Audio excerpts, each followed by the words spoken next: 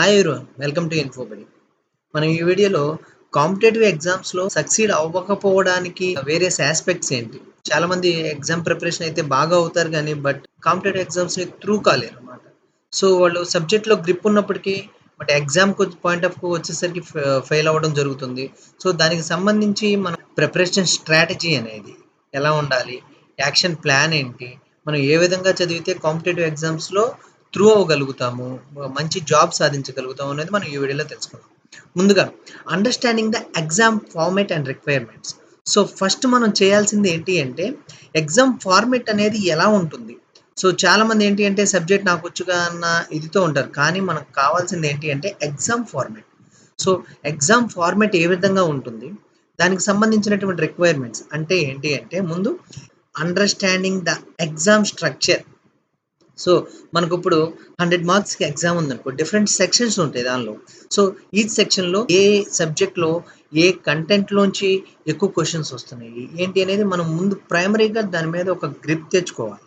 So అందుకని ఆ format ఏ విధంగా ఉంది అనేది తెలిస్తే గనక మనకి స్టడీని ప్లాన్ చేసుకోవడానికి చాలా ఉపయోగకరంగా ఉంటుంది.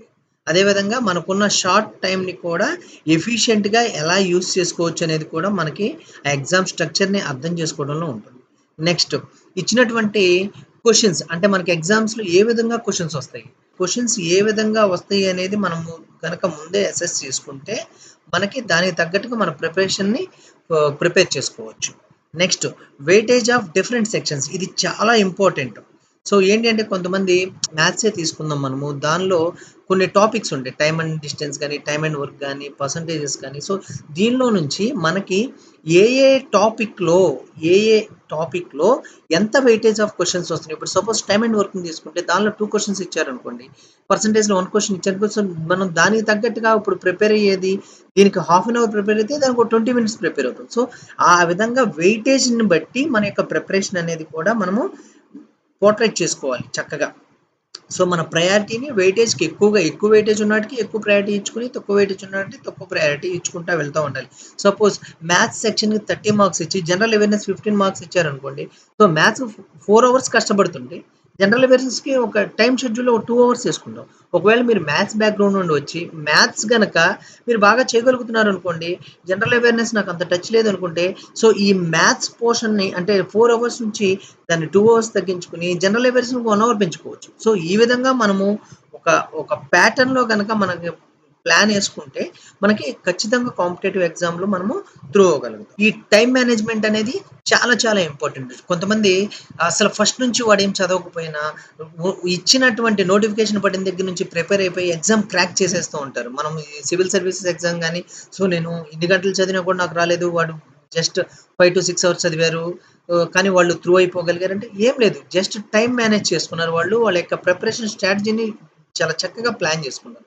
సో దానికి మనకి ఎఫెక్టివ్ టైమ్ మేనేజ్మెంట్ అనేది, ఆ స్టడీ షెడ్యూల్ అనేది చాలా ఇంపార్టెంట్. ముందు మనము స్టడీ టైమ్ టేబుల్‌ని ప్లాన్ చేసుకోవాలి. సో డైలీ నేను 8 అవర్స్ చదువుతున్నాను అనుకోండి. ఆ 8 అవర్స్‌లో ఏ ఏ అవర్‌లో ఏ ఏ సబ్జెక్ట్ చదవాలి, ఏ ఏ అవర్‌కి ఎంత ప్రయారిటీ ఇవ్వాలనేది మనం తెలుసుకోవాలి. Next time based subject difficulty and weightage. So already నేను వెయిటేజ్ గురించి చెప్పాను. Subject difficulty. సో మీరు డిఫికల్ట్‌గా ఫీల్ అయ్యే సబ్జెక్ట్, ఇప్పుడు జనరల్ అవేర్‌నెస్‌లో నాకు అంత నేను ఫ్రీక్వెంట్‌గా వాటిని ఫాలో అవ్వట్లేదు కాబట్టి వాటికి డిఫికల్టీ లెవెల్ ఎక్కువగా ఉంటుంది కాబట్టి దానికి ఎక్కువ టైం కేటాయించుకోండి. అదేవిధంగా వెయిటేజ్ ఎక్కువగా దేనికన్నా వస్తుందనుకోండి, దానికి ఎక్కువ టైం కేటాయించుకుంటే మీరు ఈజీగా సక్సీడ్ కలుగుతారు. నెక్స్ట్ నేను కంటిన్యూయస్‌గా నేను 2 అవర్స్ చదివాను, 3 అవర్స్ చదివాను, లేదంటే 5-6 అవర్స్ చదివాను అంటే కుదరదు. ఎందుకు అంటే మన ఎగ్జామ్ ప్రిపరేషన్‌లో మనకి ఖచ్చితంగా షార్ట్ బ్రేక్స్ అనేది ఉండాలి. ఇప్పుడు ఒక సబ్జెక్ట్‌ని ఒక హాఫ్ అన్ అవర్ చదివారంటే ఒక 5 మినిట్స్, 10 మినిట్స్ రెస్ట్ తీసుకోండి. దానివల్ల ఏమవుతుంది అంటే మనకు మైండ్ రిఫ్రెష్ అయ్యి మనకి తక్కువ టైంలో ఎక్కువ సబ్జెక్ట్‌ని మనం గ్రాస్ప్ చేసుకోగలుగుతాం. సో అందుకని రిలాక్సేషన్ అనేది, టైమ్ బ్రేక్ అనేది, రెగ్యులర్ బ్రేక్స్ అనేవి మనకి చాలా ఇంపార్టెంట్. ఎందుకంటే బాగా ఎక్కువ గంటలు చదివేసినా సో ఒకదానికొకటి మెర్జ్ అయిపోయి మీకేమీ గుర్తుండకపోవచ్చు. మర్చిపోతూ ఉంటారు. సో షార్ట్ బ్రేక్స్ అనేది, షార్ట్ గ్యాప్స్ అనేది మనకి స్టడీ అవర్స్‌లో చాలా ఇంపార్టెంట్. సో ఈ విధంగా మనము షార్ట్ బ్రేక్స్ అంటే దీన్నే మనము ఏ టెక్నిక్స్ అనుకుంటున్నామంటే పొమోడోరో టెక్నిక్స్. అంటే సో మీరు ఒక ఒక సబ్జెక్ట్‌కి సంబంధించి నేను ఒక 2 అవర్స్ ప్రిపేర్ అవ్వాలి అనుకున్నారు అనుకోండి.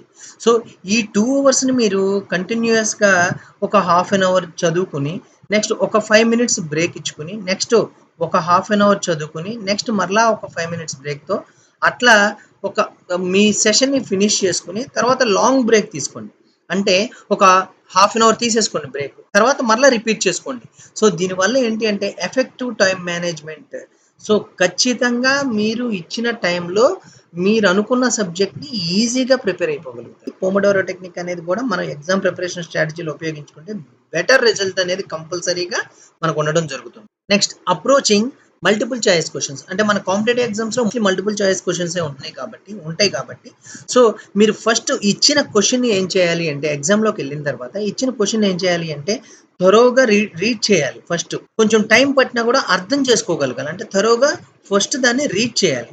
నెక్స్ట్ ఏం చేయాలి అంటే ఒక్కొక్కసారి మనము మొద్దుగా ఒక బేసిక్ థియరిటికల్ ప్రొసీజర్‌లో ఎళ్ళకుండా మనం ఇచ్చినటువంటి ఆబ్జెక్టివ్ టైప్ క్వెషన్‌లో ఉన్నటువంటి ఆప్షన్స్‌ని బట్టి కూడా ఎళ్ళాలి. అంటే ఆడ్ మ్యాన్ ఔట్ లాగా మనకి ఇచ్చినటువంటి ఇన్‌కరెక్ట్ ఆన్సర్స్ ఏదైతే ఉంటాయో వాటిని ఎలిమినేట్ చేసేసుకుందాం ఫస్ట్. తర్వాత సెకండ్ ఏంటంటే ఎలిమినేట్ చేసేసుకుందాం. తర్వాత టైమ్ మేనేజ్‌మెంట్. ప్రతి ఒక్క క్వెషన్ అంటే ఒక టైమ్ లిమిట్ పెట్టుకోవాలి. అంటే ఏంటి అంటే సపోజ్ మీకు ఒక 100 క్వెషన్స్ ఇస్తున్నారు ఎగ్జామ్‌లో. సో, 100 క్వెషన్స్‌కి మీకు 100 మినిట్స్ ఇస్తే గనక, సో ఈచ్ క్వెషన్‌కి మీకు 1 మినిట్ ఉంటుంది కాబట్టి, ప్రతి ఒక్క క్వెషన్‌ని కూడా మీరు రీడ్ చేసిన తర్వాత 1 మినిట్ కంటే ఎక్కువ దానికి టైం పడుతుంది అనుకుంటే, దాన్ని స్కిప్ చేసేసి మీరు move to next question. So, next క్వెషన్‌కి మీరు మూవ్ అయిపోగలిగితే, మీ టైం అనేది ఆటోమేటిక్‌గా మీరు మేనేజ్ చేసుకోగలుగుతారు. సో, ఆ విధంగా మనము మల్టిపుల్ చాయిస్ క్వెషన్స్‌ని అప్రోచ్ అవ్వాలి. నెక్స్ట్ లాస్ట్‌కి మీకేం తెలియలేదు. ప్రొసీజర్‌లో ఎళ్లారు. ఆడ్ మ్యాన్ ఔట్‌లో నుంచి ఎలిమినేట్ చేశారు. బట్ తెలియలేదు. సో, చాలా తెలివిగా మీరు ఆన్సర్‌ని గెస్ చేయాలి. ఎప్పుడైతే మీకేమన్నా ఒక ఆప్షన్ తెలియలేదు అనుకోండి, నెగెటివ్ మార్కింగ్ ఉంటుంది కాబట్టి నెగెటివ్ మార్కింగ్‌లో కంపల్సరీగా మీకు వచ్చు అనుకుంటేనే యాక్యురసీ మెయింటైన్ చేయడం కోసం దాన్ని అటెంప్ట్ చేయండి. లేదు అంటే వదిలేయొద్దు. లేదు నెగెటివ్ మార్కింగ్ లేని చోట ఏం చేయాలి అంటే ఎడ్యుకేటెడ్‌గా గెస్ చేద్దాం. అంటే మనము ఆ సబ్జెక్ట్ రిలేటెడ్‌గా మనకు క్వెషన్ వచ్చినప్పుడు సో, ఏ విధంగా మనకి ఇది ఆన్సర్ అయ్యుంటుంది అనేది కొంచెం తెలివిగా గెస్ చేసి ఆన్సర్ చేయగలిగితే మీరు ఖచ్చితంగా ఆ క్వెషన్‌లో సక్సీడ్ అవ్వగలుగుతారు. సో, ఈ 4 పాయింట్స్ అనేది మనం ఈ మల్టిపుల్ చాయిస్ క్వెషన్స్‌ని అప్రోచ్ అయ్యే విధానంలో ఈ 4 పాయింట్స్ అనేది చాలా ఇంపార్టెంట్. నేను బాగా ప్రిపేర్ అయిపోయాను. నాకంతా వచ్చేసింది. సో, ఎగ్జామ్‌లో మార్క్స్ బాగా వస్తున్నాయి అని నెగ్లెక్ట్ చేసి మీ యొక్క రివిజన్‌ని స్కిప్ చేశారనుకోండి. సో, మీరు కంపల్సరీగా 100% ఫెయిల్ అయినట్లే. సో, కాబట్టి ఎప్పుడూ కూడా మనకి ఎగ్జామ్ ప్రిపరేషన్ స్ట్రాటజీలో రివ్యూ అండ్ ప్రాక్టీస్ అనేది చాలా అంటే చాలా ఇంపార్టెంట్. మీరు సబ్జెక్ట్ చదివారు. మీరు ప్రాక్టీస్ చేసుకున్నారు డైలీ. అంతా నాకొచ్చేసింది కాదు. బట్ రివిజన్ అనేది చాలా important. 1 time, 2 time, 3 times number of times revision చేసే కొద్దీ మీకు బెటర్‌గా మీరు షైన్ అవ్వగలుగుతారు ఎగ్జామ్ పాయింట్ ఆఫ్ వ్యూలో ఆ సబ్జెక్ట్‌లో. కాబట్టి మన సక్సెస్‌కి కీ ఏంటి అంటే రివ్యూ అండ్ ప్రాక్టీస్ అనేది మన సక్సెస్‌కి కీ అనేది. Importance of regular review sessions. So, మీరు ఒక సబ్జెక్టు నాకు మొత్తం కంప్లీట్ అయిపోయింది అని అనుకోండి. సో, దానిలో రివ్యూస్ అంటే ఒక హాఫ్ అన్ అవర్ రివిజన్ ఒకదానికి పెట్టుకున్నాను. సో, దానిలో నేను ఎంతవరకు అంతకుముందున్న దాన్ని నేను కవర్ చేసుకున్నాను. ప్లస్ నాకు అడిషనల్‌గా ప్రతిసారి మీరు రిపీట్ చేసినప్పుడల్లా కూడా ఖచ్చితంగా మీకు ఏదో ఒక కొత్త పాయింట్ అనేది కంపల్సరీగా తగులుతుంది.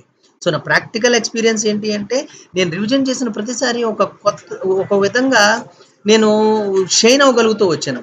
నెక్స్ట్ ఈ రెగ్యులర్ రివ్యూ సెషన్స్ వల్ల మెయిన్ మనం బెనిఫిట్ పొందేది ఏంటి అంటే, రీఇన్ఫోర్స్ లెర్నింగ్. అంటే మనం చదివిన దాన్ని ఆల్రెడీ మనం మరలా మెమరైజ్ చేసుకోగలుగుతాం. ప్లస్ కొత్తగా ఏమన్నా రిటెన్షన్స్ గానీ, ఏమన్నా కొత్తయి మనం ఐడెంటిఫై చేసే అవకాశం అయితే దీనిలో చాలా ఉంది.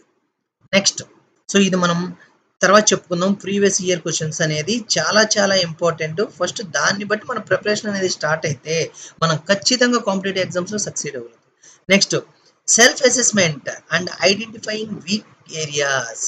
సో, ఇది చాలా ఇంపార్టెంట్. ఇప్పుడు నేను ఆల్రెడీ చెప్పాను. మీరు మ్యాథ్స్‌లో బాగా ఒక 20 టాపిక్స్ ఉన్నాయి. నేను ఈ 20 టాపిక్స్‌లో నేను యావరేజెస్‌లో గానీ, మిక్సెస్ అండ్ ఎలిగేషన్స్‌లో గానీ, లేదు అంటే పర్సెంటేజెస్‌లో గానీ నేను చాలా స్ట్రాంగ్‌గా ఉన్నాను. నాకు బాగుంది అనుకున్నప్పుడు మీరు సెల్ఫ్ అసెస్ చేసుకోగలిగారు అన్నట్టే.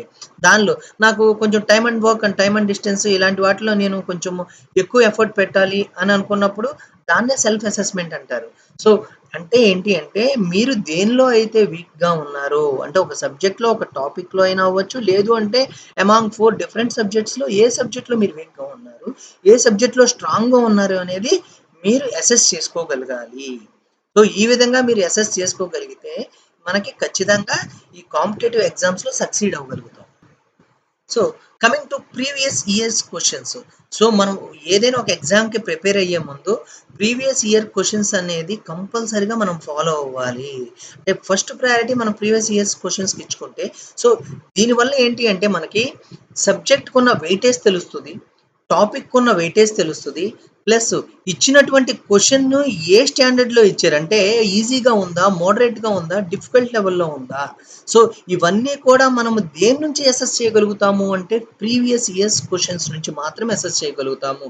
కాబట్టి మీరు ఏ ఎగ్జామ్‌కైనా ప్రిపేర్ అయ్యే ముందు ఖచ్చితంగా ప్రీవియస్ ఇయర్స్ క్వెషన్స్ పేపర్స్‌ని 1కి 2 సార్లు గనక మీరు ప్రిపేర్ అవ్వగలిగితే అక్కడి నుంచి మీ యొక్క టైమ్ టేబుల్ కానీ, షెడ్యూల్ కానీ, స్ట్రాటజీ గాని స్టార్ట్ చేస్తే డెఫినిట్‌గా చెప్తున్నాను మీరు ఎగ్జామ్స్‌లో సక్సీడ్ అయినట్లే. సో, ఈ విధంగా మన యొక్క ఎగ్జామ్ ప్రిపరేషన్ అనేది ఉంటే ఖచ్చితంగా మనము సక్సీడ్ అవ్వగలిగినట్లే. ఎగ్జామ్ ప్రిపరేషన్ స్ట్రాటజీ గనక మీకు నచ్చినట్లయితే ఖచ్చితంగా లైక్ చేయండి. దీని మీద మీ యొక్క ఒపీనియన్‌ని తెలియజేయాలనుకుంటే ఖచ్చితంగా మన కామెంట్ సెక్షన్‌లో కామెంట్ ప్లేస్ చేయండి. ఫైనల్‌గా మన మన ఛానెల్‌ని సబ్స్క్రైబ్ చేసుకోవడం మాత్రం మర్చిపోవద్దు. Thank you for watching.